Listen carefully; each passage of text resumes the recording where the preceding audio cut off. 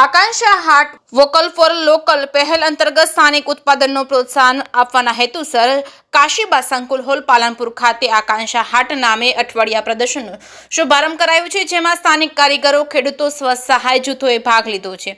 પરંપરાગત હસ્તકલા અને હાથ વણાટ તેમજ કૃષિ ઉત્પાદનનું પ્રદર્શન અને વેચાણ શરૂ કરાયું છે। આકાંક્ષા હાટમાં સ્વસહાય જૂથોના સ્ટોલ તેમજ હેલ્થ તેમજ ICDC તેમજ FPO તેમજ ખેતીવાડી વિભાગના થઈને કુલ 21 સ્ટોલ ઉભા કરવામાં આવ્યા છે, જેમાં તારીખ 28 જુલાઈથી 2 ઓગસ્ટ સુધી સ્વ ઉત્પાદિત ચીજ વસ્તુનું વેચાણ કરવામાં આવશે। જેકેસિંહ ગુજરાતી સાથે ભરત ઠક્કર, ડીસા।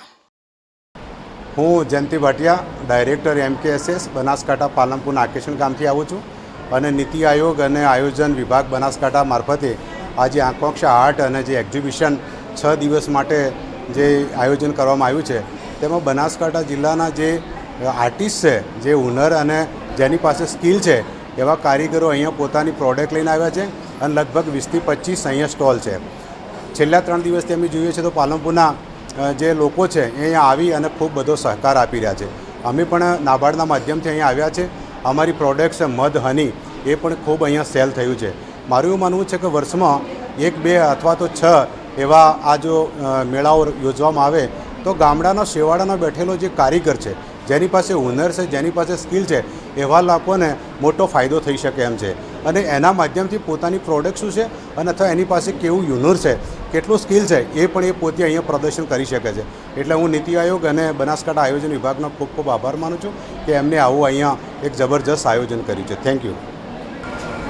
મારું નામ હસુમતબેન છે। હું કરજોડા ગામમાંથી આવું છું, પાલનપુર તાલુકામાંથી।